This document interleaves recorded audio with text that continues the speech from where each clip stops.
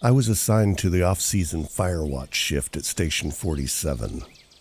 About 30 miles into the backcountry, no roads, no cell reception, just me, a pack mule, a steel tower bolted to a granite ridge. It wasn't my first solo post, but it was definitely the most remote. There was no lightning expected, no campers in the area. It was supposed to be quiet. A box of MREs, a shortwave radio, and the view. Trees in every direction. That was the job. Keep your eyes open, log the weather, report any smoke, stay alert. I started my shift right around noon, and by nightfall, I had the place to myself.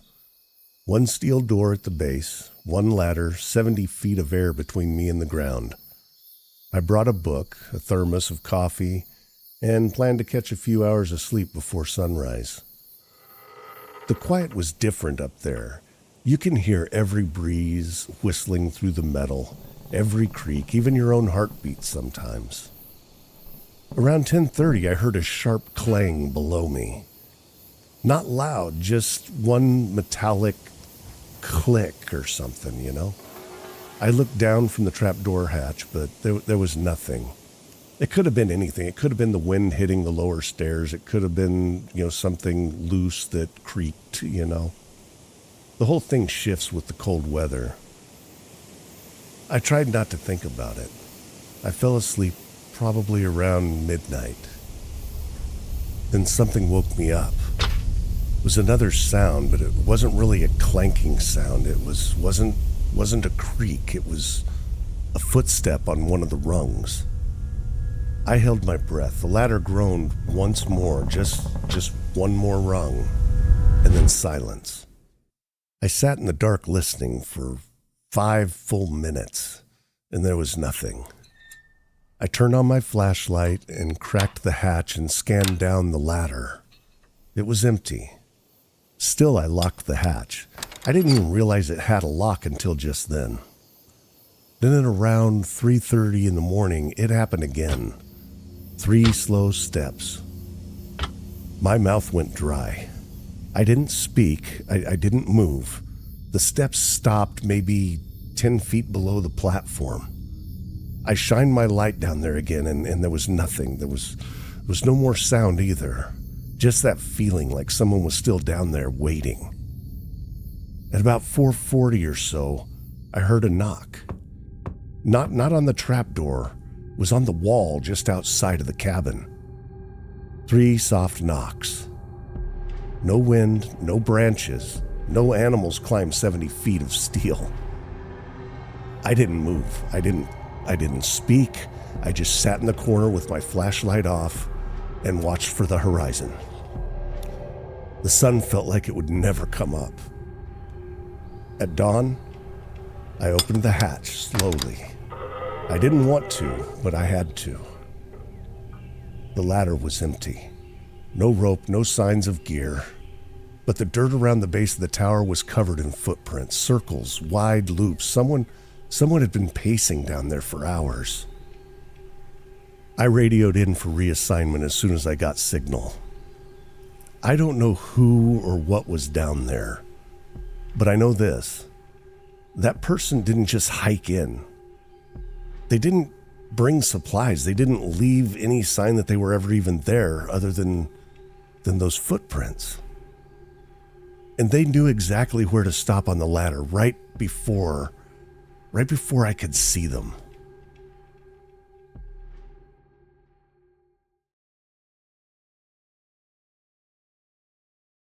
We weren't looking for adventure, just a quiet night away. Will and I picked a lesser-known loop trail a couple hours out. No cell service, no crowds, barely any trail markers. It was meant to be simple. Hike in, set up camp by the creek, cook something over a fire, and get some space from the everyday noise. Just a quick overnight to clear our heads, We found a small clearing near a shallow creek. It was perfect. It was quiet. It felt kind of untouched, Will set up camp, and I went looking for some firewood. After about 20 minutes, I made my way toward this huge rock, and there it was, a smartphone. half buried under some leaves, face down in the dirt. Wasn't old, just dirty, and the screen was cracked. It's like it had been dropped in the last few days and never picked back up. I figured it'd be dead, but when I hit the side button, the screen lit up. No screen lock, just open. There was no signal, no names, just a battery icon that read 23%. I brought it back to camp. We went through the photos first. Nothing too strange.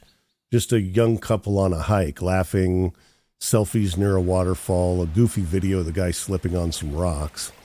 And then the videos changed a little bit, you know.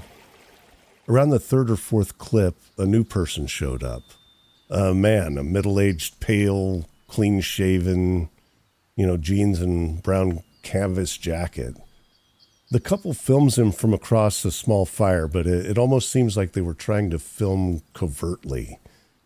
They were making small talk. The guy's smiling, but the girl's body language is stiff and awkward, The man doesn't say much, just nods and stares at the fire, doesn't blink much. Never really laughs. He's giving off weird uncle vibes, Will joked. I didn't laugh.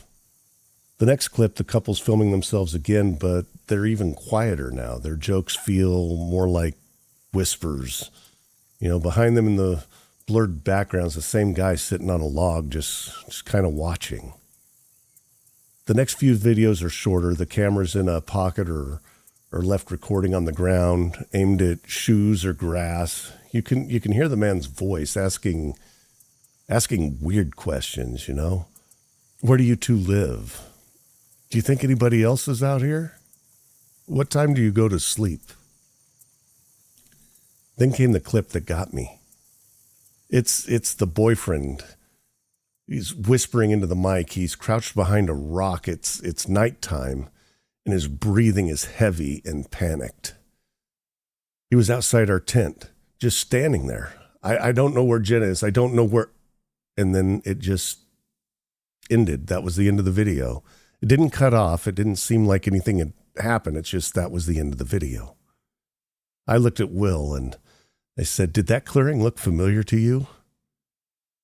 He didn't say anything right away, but we scrubbed back through the earlier videos and paused on a clip where the couple was eating near the fire. It's the same log, the same flat stone, the exact same clearing we were in. We both stood up at the same time. Neither of us said anything, but I could tell. Will felt it too. The silence wasn't peaceful anymore. It was terrifying. Every crack of a branch felt deliberate and close. "We should go," I said. We didn't pack properly. We just stuffed our things into bags and left the tent behind. Will doused the fire with creek water, barely checking to see if it was fully out. The hike back in the dark was brutal. It was cold. It was uphill. No moon. I kept thinking I saw movement between the trees like something pacing us, but just out of range of the flashlight. Once Will stopped suddenly and whispered, "Did you hear that?" We stood there for about a minute and nothing. Then a branch cracked, closer than before. We didn't talk after that. We just kept moving. By the time we reached the car, the sun was just coming up. We drove straight to the sheriff's station in town, handed over the phone and told them everything. The videos, the voices, the clearing. They took our names. They took a report from us. But we never heard back. No follow-up calls, no articles, no missing persons bulletins. There was just nothing. Will says it's probably just red tape, small town, understaffed or whatever. Or maybe there wasn't really anything wrong. I don't know. But I think about it often. That man in the brown canvas jacket, the way he looked into the fire without blinking, like he knew the camera was rolling the whole time.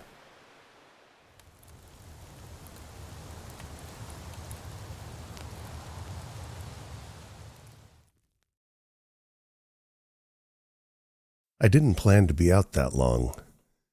It was supposed to be a quick hike, just enough to get some air and clear my head after the breakup. The trail was busy at first, families, couples, kids with those neon water bottles. I nodded at a few people and kept my earbuds in. I didn't make too much eye contact.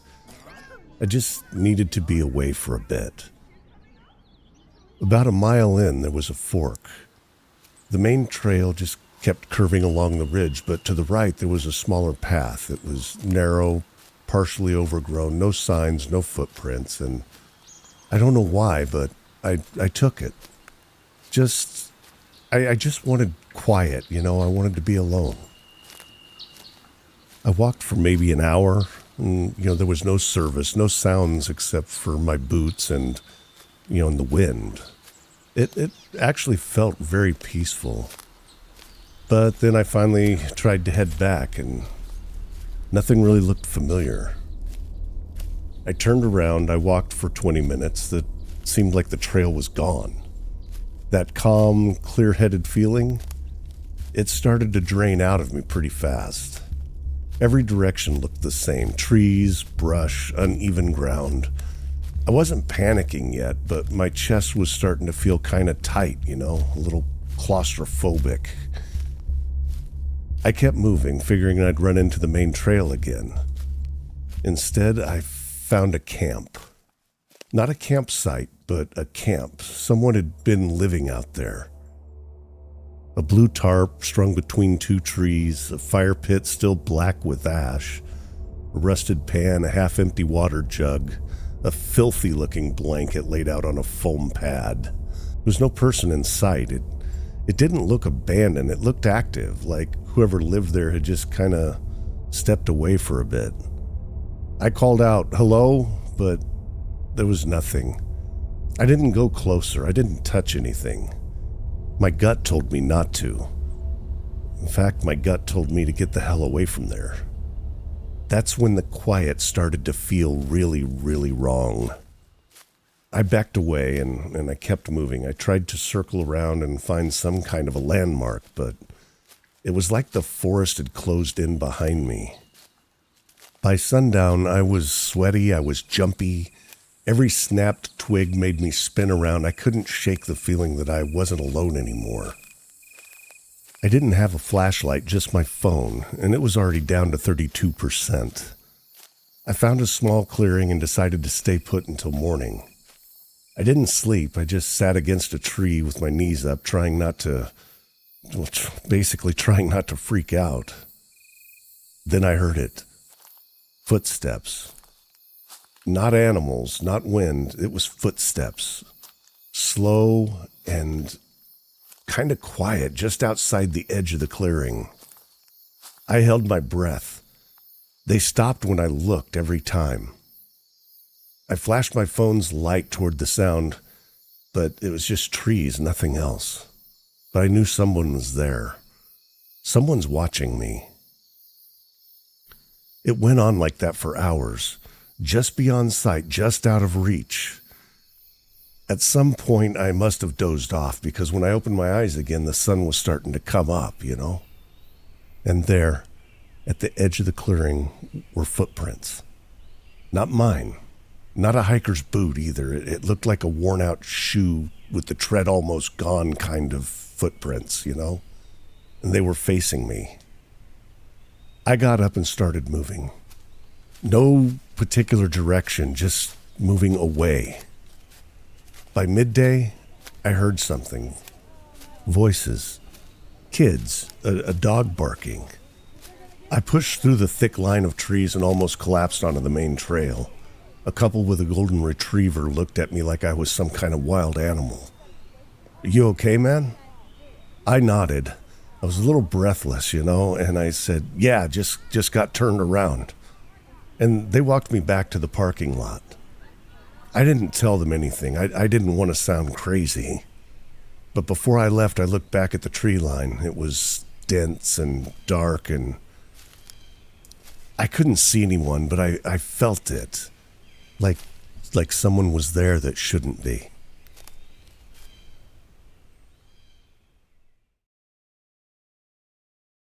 We weren't planning anything big. Just, weekend hike, something to shake off the screens, the stress, the constant noise. Jenna found this trail online. It was remote and barely reviewed. A quiet 2-day loop that circled around a creek. We started out early Saturday. The weather was perfect. It was cool enough for jackets. The sun was peeking through the trees. It actually felt peaceful, you know? Jenna was in full documentary mode, filming dumb little moments on her phone. You know, the creek, her boots in the mud, me slipping on a wet rock and pretending I meant to. By late afternoon, we found a clearing near the water, and it felt almost too good to be real. No trash, no signs of anyone, just moss, smooth stones, and the sound of water trickling over the rocks. We set up camp, ate something simple, talked for hours. I remember thinking, you know, we should do this more often. Then we noticed the other fire. It flickered through the trees, maybe 100 yards off, not close enough to be alarming, but definitely visible. We hadn't seen a single person all day. No one passed us on the trail, no voices in the distance, and now someone was out there. We stayed alert, but the fire died down and nothing happened. We figured it was just another couple or just, you know, someone else hiking out here. We were wrong. Sometime after 10, Jenna was brushing her teeth and I was stacking firewood, and I saw something move through the trees. A man stepped into the light, mid-40s, pale, clean-shaven. He wore a brown canvas jacket and jeans. His hands were empty, which I was weirdly thankful for. He said, "Didn't mean to spook you." I smiled, trying to keep it light.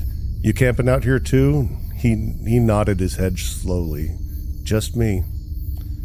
He didn't say much. He just stood there, then slowly crouched near our fire without asking.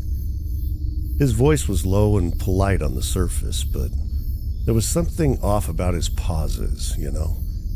He asked, "Where do you two live?" "In town," I said. I was kind of hesitant about that. And then he asked, "Do you think anyone else is out here?" Jenna glanced at me, and I shook my head a little bit. He looked at the tent. "What time you guys go to sleep?" That one just kind of landed hard. Jenna stood up and said she was getting cold, and the man didn't respond. He just sat there for a minute longer, then stood up and just walked back into the woods, slow and silent.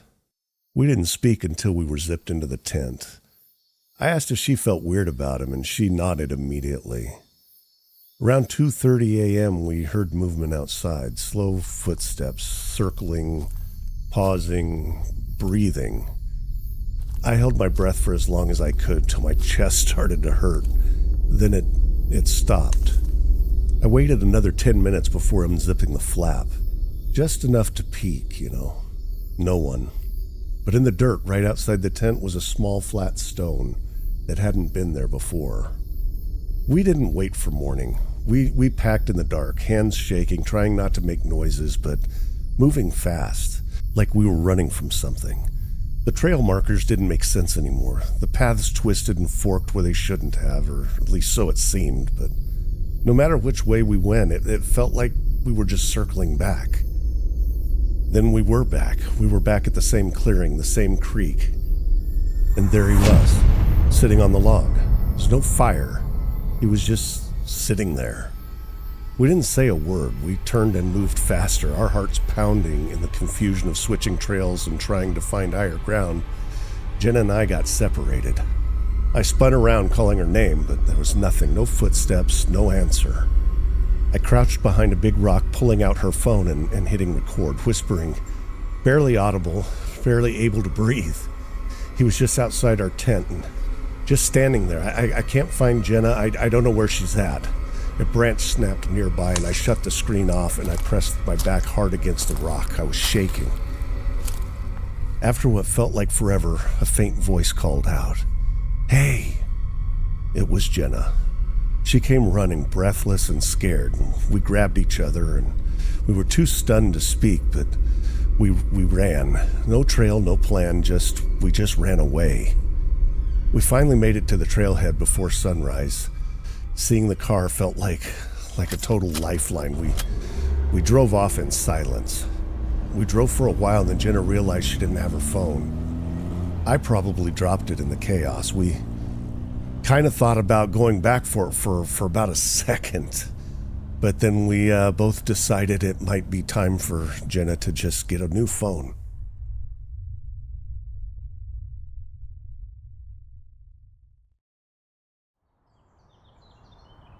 I was 7 years old when this happened. My dad used to go to the woods to cut firewood for us. Not the kind of woods you walk through. These were real woods, dense, cold, and quiet. And sometimes he would take me along. This time it was one of those afternoons where the sky was pale, the sun was low, the air was sharp. You could hear everything, the crack of Dad's axe, the leaves under my boots, the birds going quiet. We had a Springer Spaniel named Cooper. He was brown and white, had floppy ears, tongue was always out. He followed me everywhere. I don't remember what distracted me. I think it was probably a squirrel or something, or maybe Cooper just started running, and I followed him like kids do, you know. I didn't mean to go far, but I did. By the time I'd stopped, the trees were different. They seemed taller and closer. The clearing was gone. So was the sound of the axe. I turned to go back, and nothing looked familiar. I spun in a slow circle and realized that I had no idea which direction I came from. I wasn't scared yet. I thought I could fix it. But every step just made it worse. Cooper was still with me, circling, sniffing the ground. I tried calling for Dad, kind of quiet at first and then louder, but there was no answer. That's when I started getting scared. The woods got darker fast, the shadows turned cold, and I started thinking stupid kid thoughts. Things I'd heard, stories half remembered, things that lived in the trees. I told myself not to cry, I told myself not to run. I told myself monsters weren't real, but then I heard it, a howl. Long, low, far off, but not too far. My stomach twisted. Cooper growled and stood closer to me, his eyes fixed on the dark between the trees. I started to imagine things, a tall thing watching me from behind the trees, red eyes, long fingers, something walking just outside of my sight. I remember thinking, don't look behind you. I remember thinking, there's something right behind you. But then I finally turned and there was nothing there, just trees and tall shadows. Eventually, I couldn't walk anymore. I was freezing, my hands were numb, my nose was raw from crying. And then I found it, a hollow log, half rotten and big enough for me to crawl inside. It smelled like dead leaves and mold, but it was shelter. I climbed in and curled into a ball, and Cooper climbed in right after me, his body pressed tight against mine. His warmth was the only thing between me and the cold, and that night seemed like it lasted forever. I didn't sleep. I just laid there listening.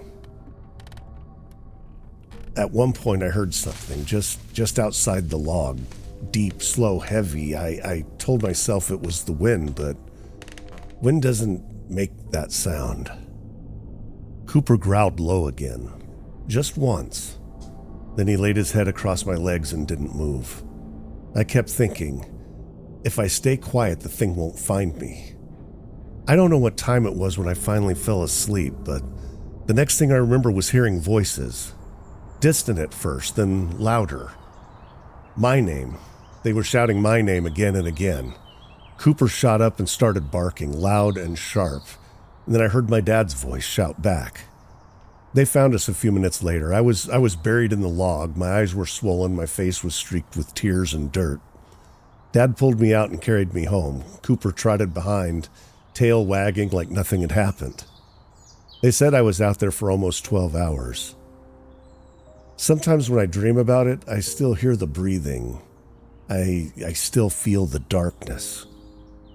Cooper died 2 years later. I still think about how he'd laid there all night with me, his nose to the wind, ready to stand between me and whatever was out there.